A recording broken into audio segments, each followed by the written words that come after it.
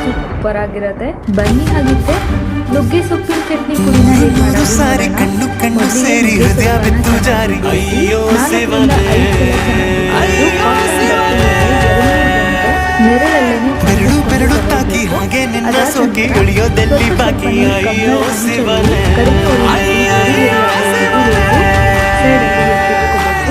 ಇದಾದ ನಂತರ ಒಂದ್ ಸ್ವಲ್ಪ ಕರಿಬೇವನ್ನು ಕೂಡ ಹಾಕಿ ಹುರಿವಿ. ಇದು ಕೂಡ ತುಂಬಾ ಒಳ್ಳೆಯದು.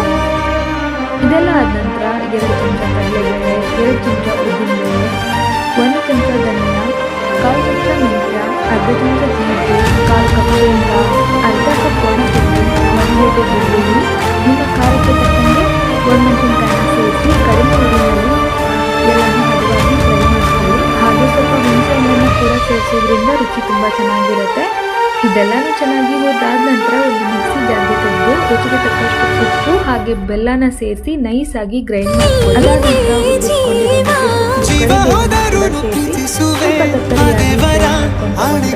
ನುಗ್ಗೆ